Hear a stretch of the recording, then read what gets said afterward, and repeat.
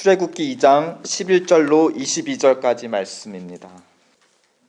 모세가 장성한 후에 한 번은 자기 형제들에게 나아가서 그들이 고되게 노동하는 것을 보더니 어떤 애굽 사람이 한 히브리 사람 곧 자기 형제를 치는 것을 본지라.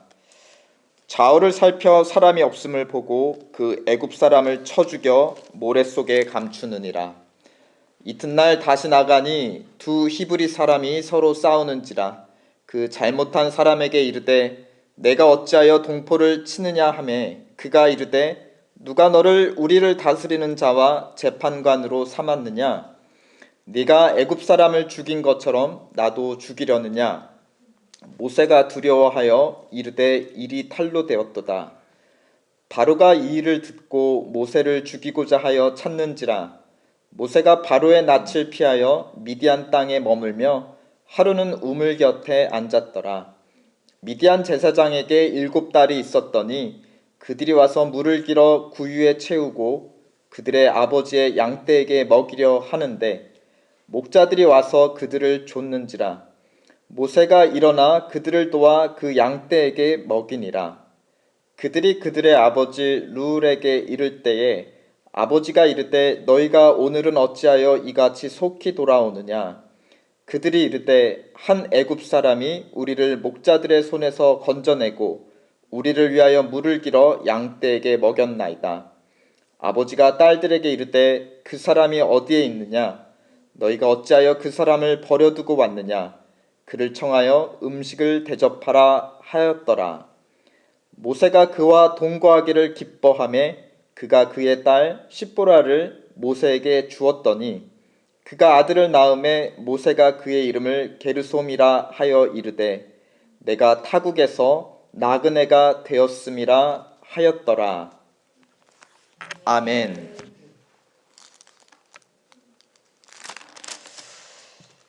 지난 본문 아기 모세는 물에서 건짐을 받아 애굽 이집트의 왕자가 되었습니다. 그런데 오늘 본문에서는 장성한 모세가 이집트의 왕자에서 광야의 나그네로 전락하게 되었습니다. 모세는 자기 동족을 도우려고 애굽 사람을 쳐 죽였고 동족에게 오히려 고발을 당했습니다. 그래서 미디안 광야로 도망을 쳤죠. 10절에 유아기 모세였다가 11절 한 절 만에 중년기 모세를 주목하고 있습니다. 사도행전 7장 스데반 집사의 증언에 따르면 이때 나이 한 40살로 기록이 되어 있죠. 여기서 우리가 알 수 있는 것은 10절과 11절 사이에 침묵하는 그 행간에 모세의 유아기와 청소년기가 침묵 속에 행간으로 기록되어 있다라는 것입니다. 다른 말로 성경은 다시 한번 선택적 기록인 것을 우리에게 알려주죠. 그렇다면 선택의 기준이 무엇인가라는 질문을 우리에게 주는데요. 그런 점에서 우리는 출애굽기 전체 안에서 이 선택을 이해할 필요가 있습니다. 창세기가 천지의 창조라면 출애굽기는 무엇의 창조이죠? 하나님의 백성 이스라엘의 창조. 그러니까 이스라엘을 창조하시는 하나님의 계획과 섭리 안에서 모든 기록과 또 침묵, 모든 선택과 또 배제를 우리는 이해해야 할 것입니다.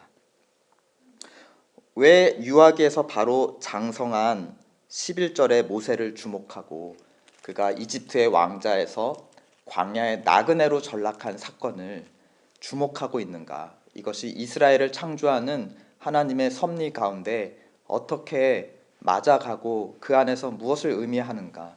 이런 관점으로 오늘 본문을 살펴봐야 할 것입니다.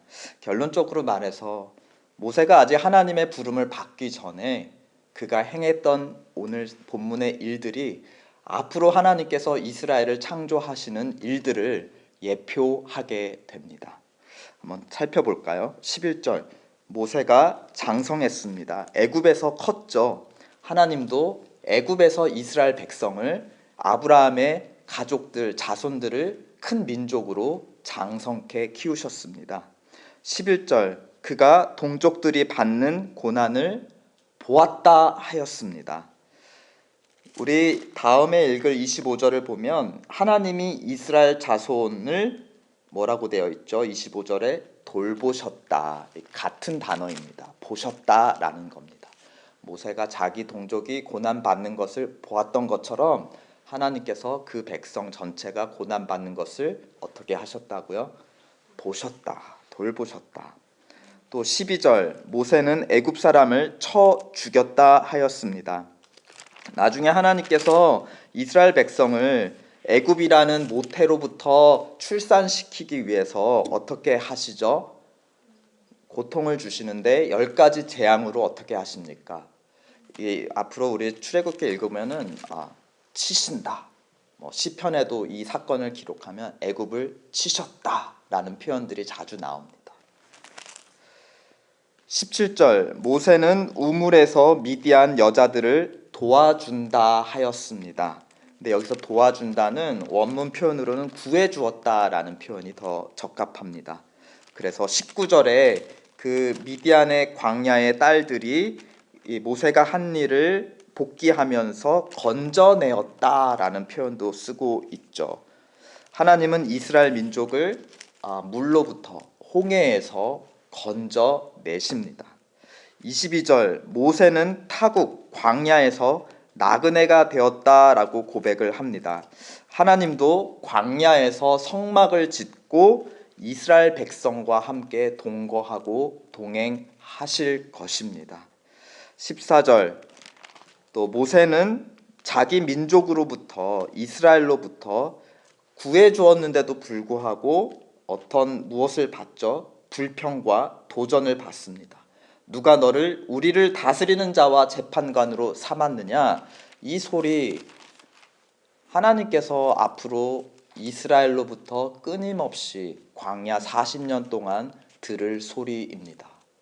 애굽에서 건져줬더니 이스라엘 백성들 계속해서 뭐라고 불평합니까? 우리는 애굽으로 돌아가겠다. 그 말은 우리는 하나님이 아니라 우리를 원래 다스리던 고기와 야채와 마늘을 풍성히 주었던 우리는 애굽 신들에게 돌아가겠다. 누가 하나님 당신을 우리의 왕으로 삼았느냐라고 계속해서 불평할 것입니다. 다른 말로 모세가 행한 일은 앞으로 하나님이 미리 행하실 일들을 예표하고 있죠. 그런 점에서 모세의 지금 역할은 무엇입니까? 앞으로 하나님이 행하실 일들을 자기의 행동으로 미리 보여주는 자. 구약 성경에서 어떤 사람들이 그러한 일들을 하죠? 선지자. 그렇죠. 지금 모세는 아직 하나님을 부름 받기도 전에 자기도 모르는 사이에 이미 하나님의 선지자로서 역할을 하고 있다. 그러므로 22절에 그는 자기의 현재를 이렇게 고백합니다. 내가 타국에서 나그네가 되었다라고 자기를 한탄하지만 지금 본문이 비춰주는 모세의 역할은 나그네가 아니라 보다 진실된 의미는 무엇입니까? 내가 타국에서 하나님의 선지자가 되었다. 본인은 아직 알지 못해요. 이제 3장에 어떻게 됩니까? 하나님께서 불에 타지 않는 떨기나무로 부르실 때 그는 그제서야 자기의 사명을 이제 받아들이기 시작합니다. 그러나 그 이미 전에 하나님은 모세를 택하셔서 이미 선지자로 사용하고 계시다. 내가 타국에서 나그네 되었다라고 고백하는 모세의 심정은 매우 혼란스럽고 고통스러웠고 그랬을 것입니다. 그러나 나중에 하나님께서 이스라엘 백성을 불러내시고 창조하신 큰 일들을 보면서 아마 이 시절을 돌아보았을 때 그는 비로소 그 의미를 이해할 수 있었을 것입니다. 그런 모세가 광야에서 이스라엘 백성들을 이끄는 가운데 수많은 불만과 도전 그리고 하나님을 향한 도전 그 가운데 서게 되죠.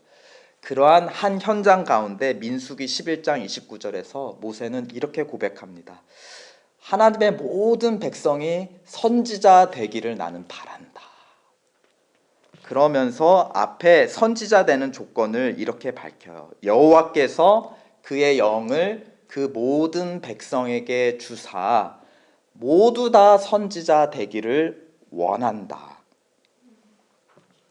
이러한 모세의 바람은 하나님께서 우리에게 주신 예수 그리스도로 말미암아 마침내 사도행전 1장 오순절 때 성취가 되죠. 성령으로 인도함을 받는 자는 하나님의 자녀라 하였습니다. 또한 하나님의 자녀, 오늘 모세의 삶과 민수기에 비추어서 하나님의 자녀라는 것은 다른 말로 하나님의 선지자이기도 하다는 것입니다.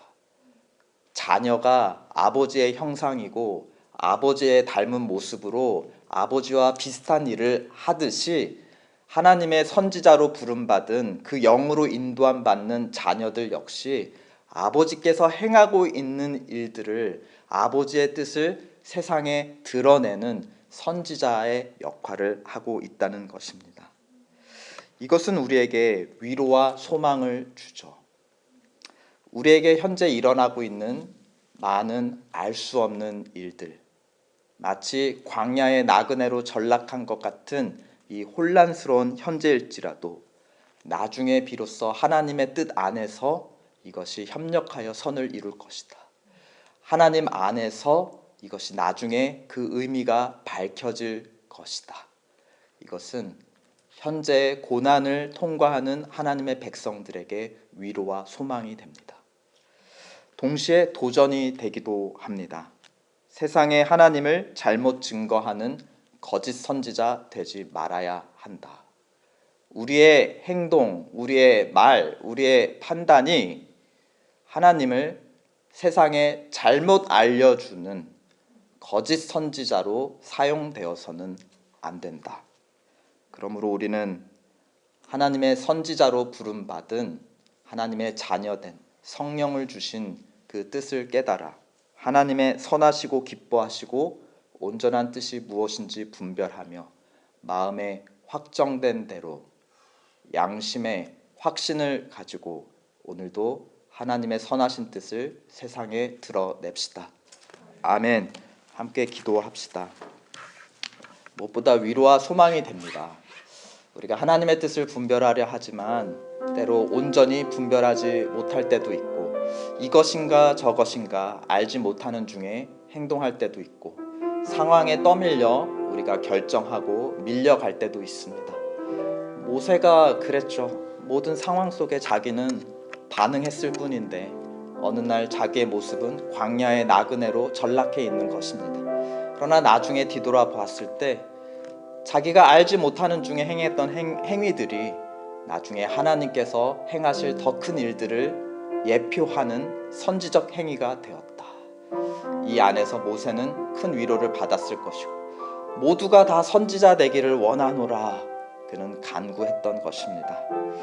우리의 삶에 일어나는 알 수 없는 일들, 오늘의 선택과 행동들 그저 하나님의 앞으로 우리 자신과 우리가 속한 공동체에 행하실 일들을 예표하는 선지적 행위 되게 도와주옵소서. 우리 이 시간 하나님 앞에 엎드려 간절히 간구하겠습니다. 기도하겠습니다.